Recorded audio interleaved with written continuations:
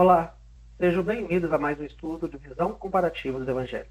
Eu sou o Edson Lima e no vídeo de hoje vamos refletir sobre Mateus capítulo 7, versículos 24 a 29, um dos ensinamentos mais impactantes de Jesus. Você já parou para pensar sobre onde está acessada a sua fé? Jesus encerra aqui o Sermão do Monte com a parábola dos dois fundamentos, a casa sobre a rocha e a casa sobre a areia. Com essa ilustração, Jesus nos ensina que não basta apenas ouvir suas palavras. É necessário praticá-las para construir uma vida firme e inabalável diante das dificuldades. Mas o que significa na prática edificar nossa vida sobre a rocha? Como podemos aplicar esse ensinamento no nosso dia a dia? Nesse vídeo, vamos analisar cada detalhe dessa passagem e entender porque a verdadeira sabedoria está na obediência à palavra de Deus. Fique comigo até o final e vamos juntos aprender como construir uma fé que resista a qualquer tempestade. Vamos lá? Mateus capítulo 7, versículo 24. Portanto, todo que ouve essas minhas palavras e as pratica, será comparado ao homem prudente, que construiu sua casa sobre a rocha. Portanto, todo que ouve essas minhas palavras, isto é, as excelentes doutrinas estabelecidas anteriormente nesse capítulo 7 e nos dois capítulos anteriores, os 5 e os 6 aqui registrados por Mateus, conhecido no todo como o Sermão do Monte. Nessas palavras, Jesus atesta de maneira mais solene a verdade certa e a infinita importância de tudo que ele havia proferido no sermão anterior, e a aplica às consciências de seus ouvintes. Existem algumas parábolas posteriores, como essa em alguns rabinos judeus. Um rabino do século II, chamado Eleazar ben Shamua, ou Eleazar I, disse: o homem cujo conhecimento excede suas obras, como ele é? Ele é como uma árvore que tinha muitos galhos e apenas algumas raízes. E quando os ventos tempestuosos vieram, foram arrancadas e erradicadas. Mas aquele cujas boas obras são maiores do que seu conhecimento, como é? Ele é como uma árvore que tinha poucos ramos e muitas raízes, de modo que todos os ventos do céu não pudessem removê-lo do seu lugar. Nós temos também um outro exemplo rabínico. Elisha ben Abuyá, um rabino judaico nascido em Jerusalém algum tempo antes de 70 depois de Cristo, disse: o homem que estuda muito a lei e mantém boas obras é como um homem que construiu uma casa, colocou pedras nos alicerces e construiu com tijolos sobre elas. E embora muitas águas venham contra elas, elas não podem tirá-la do seu lugar. Mas o homem que estuda muito a lei e não mantém boas obras, boas palavras, é como um homem que, construindo sua casa, põe tijolos nos alicerces e pedras sobre eles, para que até as águas mansas derrubem aquela casa. Na parábola de Jesus, há dignidade, majestade e objetivo que procuramos em vão nesse arquétipo judaico. Será comparado ao homem prudente. A um homem sábio, um homem de bom senso e entendimento, e que, prevendo o mal, esconde-se, que propõe a si mesmo o melhor fim e faz uso dos meios adequados para realizá-lo. Construiu sua casa sobre a rocha. A verdadeira sabedoria consiste em concluir a edificação da nossa salvação. Para esse fim, precisamos edificar sobre a rocha, Jesus Cristo, e firmar a edificação, mantendo-nos próximos às máximas de seu Evangelho, e mantendo o nosso temperamento e vida conforme a sua natureza, palavra e espírito. E quanto para isso, nós apoiamos apenas na graça de Cristo. Então, estamos construindo sobre uma rocha sólida. Versículo 25. E a chuva desceu, correntezas vieram, ventos sopraram e atingiram aquela casa. E ela não caiu, porque estava fundada sobre a rocha. Na Judéia e em todos os países nos arredores dos trópicos, a chuva às vezes cai em grandes torrentes, produzindo rios que varrem o solo das colinas rochosas. E as casas, que são construídas com tijolos secos ao sol, das quais existem aldeias inteiras no leste, literalmente desaparecem diante dessas chuvas e das inundações ocasionadas por elas. Existem 3 tipos gerais de provações às quais os seguidores de Deus estão expostos, e aos quais, alguns estudiosos pensam, Jesus faz alusão aqui. Primeiro, a de aflições temporais, ocorridas no curso da providência divina. Elas podem ser comparadas às torrentes de chuva. Segundo, aquelas que provêm das paixões dos homens e que podem ser comparadas aos rios impetuosos. E em terceiro, aquelas que vêm de Satanás e de seus anjos caídos, e que, como tempestuosos redemoinhos, ameaçam levar tudo à sua frente. E a chuva desceu, correntezas vieram, ventos sopraram. Chuva, correntezas e ventos são figuras do juízo de Deus. Temos isso em diversas passagens da Bíblia, mas chama atenção aqui para o texto especial que temos em Ezequiel, capítulo 13, versículo 11 a 14, onde encontramos: Dize aos que rebocam com cal solta, que cairá, haverá uma grande pancada de chuva. E vós, ó grandes pedras de granizo, caireis, e um vento tempestuoso afenderá. E eis que, quando a parede tiver caído, não vos dirão: onde está o reboco com que rebocastes? Por isso, assim diz o Senhor Deus: farei com que rompa um vento tempestuoso em seu furor, e haverá uma grande pancada de chuva em minha ira, e grandes pedras de granizo em indignação, para destruir. E derrubarei a parede que vós rebocastes com cal solto, e a lançarei em terra, e seu fundamento ficará descoberto. Assim cairá, e perecereis no meio dela, e sabereis que eu sou o Senhor. Porque estava fundada sobre a rocha. Somente aquele cuja alma é construída na rocha dos séculos, que é Cristo, suporta todos esses choques e não apenas se destaca, mas obtém ganho com esses choques, pois cresce em maturidade e intimidade com o Senhor. Versículo 26. Porém, todo que ouve estas minhas palavras e não as pratica, eu o compararei ao homem tolo, que construiu sua casa sobre a areia. Porém, todo que ouve essas minhas palavras e não as pratica. Observemos que não é o homem que ouve ou crê nessas palavras de Cristo que verá sua construção permanecer quando a terra e suas obras forem queimadas no dia do juízo, mas o homem que as ouve e as pratica. Construiu sua casa. Jesus apresenta-nos dois construtores. Podemos descobrir a diferença entre eles observando as similaridades. Ambos tinham o mesmo desejo: construir uma casa, um lugar para viver, um lugar de abrigo e segurança. Ambos construíram sua casa. E se as duas casas diferentes, não é mencionado. Ambas as casas foram postas à prova pela mesma tempestade. Por fim, a única diferença discernível nesses dois construtores e em suas casas é o alicerce sobre a qual escolheram construir. Um sobre a rocha, outro sobre a areia. E antes da tempestade cair, ambos os homens pareciam ter tido sucesso admirável. A história sugere que, qualquer que seja a casa, todos os homens estão procurando construí-la. Poderia ser chamado sucesso, felicidade, paz de espírito ou realização. Ela representa as aspirações comuns do coração humano, aspirações que não são necessariamente erradas em si mesmas, mas uma parte da maneira como Deus nos fez. Sobre. Os diferentes fundamentos representam o modo pelo qual tentamos realizar nosso desejo de felicidade. Segundo Jesus, há somente dois fundamentos sobre os quais podemos repousar nossas aspirações para a máxima realização: submetendo-nos à sua vontade ou rebelando-nos contra ela. A primeira casa permanecerá, a segunda cairá. O construtor prudente levou tempo para escavar um apoio sólido. Foi trabalhoso e tomou tempo, mas sua casa e todo o seu esforço, até mesmo sua própria vida, estavam em jogo.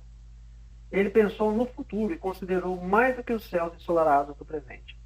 Foi para a tempestade inevitável que ele construiu sua casa. Areia. A areia que rodeava o lago da Galileia tinha consistência de pedra dura durante o verão quente, mas o construtor sábio cavaria bem fundo, talvez 3 metros abaixo da superfície até a rocha, sabendo que esse era o único modo para erguer uma fundação capaz de resistir às chuvas de inverno, que eram notariamente torrenciais e podiam causar inundações desastrosas. O insensato construiu para o momento presente, sem ser previdente. Tudo que pudesse ser feito com pouco esforço e conseguir resultados rápidos o atraiu. Ele supôs que, como as coisas eram, assim sempre seriam. A ideia de que sua casa pudesse ser severamente posta à prova parece que nunca entrou em sua cabeça. Ele, sem dúvida, tinha levantado e mobiliado sua casa antes que seu vizinho lutador sequer tivesse concluído seu fundamento. Versículo 27. E a chuva desceu, correntezas vieram, ventos sopraram, e atingiram aquela casa, e ela caiu, e sua queda foi grande. Ambos construíram antes da tempestade. É importante perceber que na história de Jesus, há um tempo quando quaisquer diferenças entre esses dois construtores seriam difíceis de ver. Ambos parecerão ter tido bom êxito, com as casas firmemente estáveis em pé. De fato, o insensato, tendo se poupado de tantas durezas, pode parecer mesmo ter levado a melhor. Provavelmente economizou recursos e sua casa ficou pronta muito antes da do prudente. Poderíamos até acreditar que esse insensato era mais habilidoso e bem-sucedido que o prudente. E é no meio desse tempo, antes da tempestade, que temos que decidir como construir nossas casas espirituais. Certamente, será bastante fácil ver a diferença depois da tempestade, mas aí será tarde demais para adiantar alguma coisa. É agora, no sossego antes do cataclismo, que temos que agir pela fé. Temos que nos preparar para a tempestade antes da chuva. E atingir aquela casa. A diferença principal dessas duas casas não está na aparência. Os escribas e fariseus pareciam tão justos quanto os herdeiros do reino. Mas a chave de toda a questão é o fundamento. A casa sobre a rocha é o exemplo de uma vida edificada em um relacionamento verdadeiro com Cristo, conforme podemos ver em 1ª carta de Pedro, capítulo 2, versículos 4 a 8, onde temos: aproximai-vos dele, que é a pedra viva, rejeitada pelos seres humanos, mas escolhida e preciosa para Deus. Todos vós, como pedras vivas, sois edificados como casa espiritual e sacerdócio santo, para oferecer sacrifícios espirituais, agradáveis a Deus por meio de Jesus Cristo. Pois também está contido na Escritura: eis que eu ponho em Sião uma pedra principal de esquina, escolhida e preciosa. Quem nela crê de maneira nenhuma será envergonhado. Assim, para vós que credes, ela é preciosa. Mas para os incrédulos, a pedra que os construtores rejeitaram, essa se tornou a principal de esquina, assim como pedra de tropeço, e pedra que causa queda. Eles tropeçam na palavra por serem rebeldes. Para isso, eles foram destinados. A casa edificada sobre a rocha passará pelo teste do juízo de Deus, mas a casa sobre a areia não passará. Sua queda foi grande. O silêncio profundo que se abateu sobre aquela encosta da Galileia, quando Jesus terminou seu notável sermão, deve ter sido intenso. Suas palavras tinham sido chocantes e desconcertantes. A sabedoria convencional tinha sido contestada e as tão antigas tradições rejeitadas. O reino de Deus não estava para ser revelado em alguma conquista terrena, mas num absoluto amor a Deus e num altruísta amor ao homem.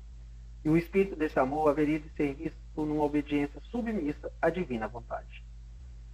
Nos mais concretos termos e com radical retidão, o Filho de Deus descreveu o reino do céu como ele verdadeiramente é, e então desafiou seus ouvintes a recebê-lo.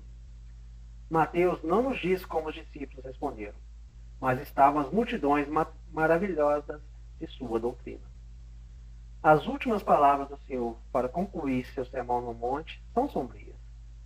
Sua queda foi grande. Elas falam da extrema ruína, de indescritíveis proporções, para aqueles que escolhessem rejeitar as suas palavras e o reino de Deus entre os homens. Não há nenhum universalismo consolador no Sermão da Montanha. Não há salvação para todos no final. Tanto quanto esse grande discurso fala da extrema paz e felicidade, ele também fala, muito claro e finalmente, da possibilidade da total perda e miséria. É este aspecto do Evangelho do Reino que torna sua mensagem tão urgente e tão grave. Versículo 28. E aconteceu que, quando Jesus terminou essas palavras, as multidões estavam admiradas de sua doutrina.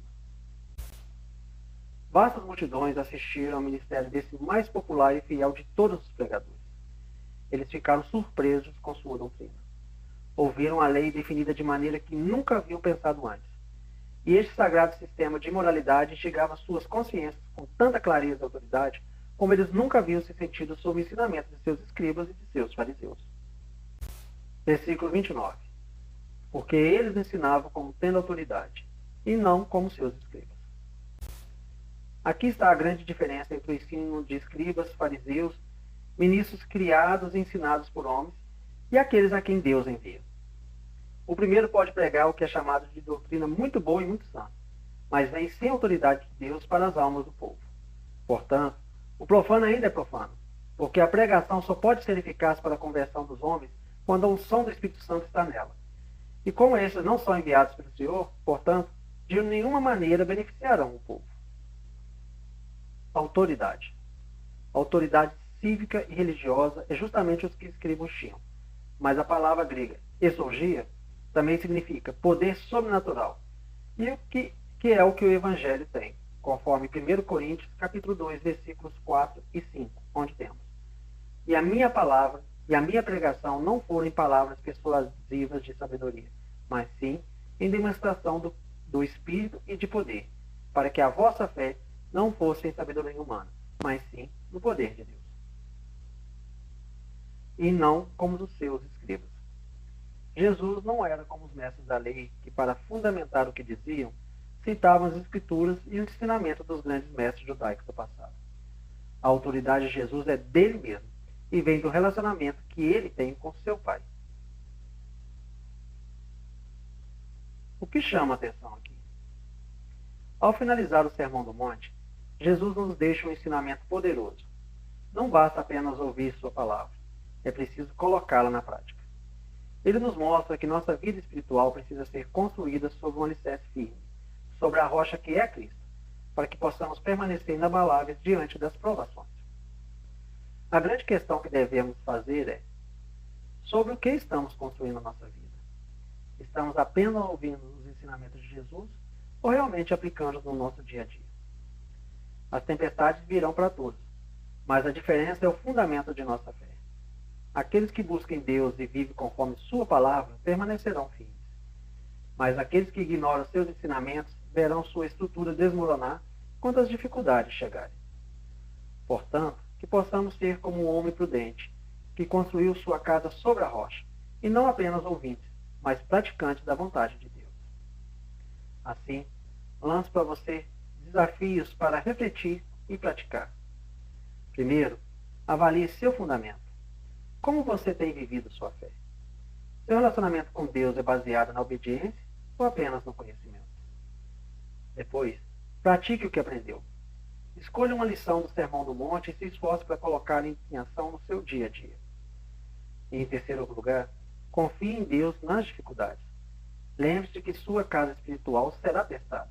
Prepare-se para as tempestades, fortalecendo sua fé em Cristo. Que possamos construir nossa vida sobre um alicerce sólido e viver de maneira que agrade ao Senhor. Que esse estudo lhe tenha abençoado. Nos vemos no próximo. Até lá.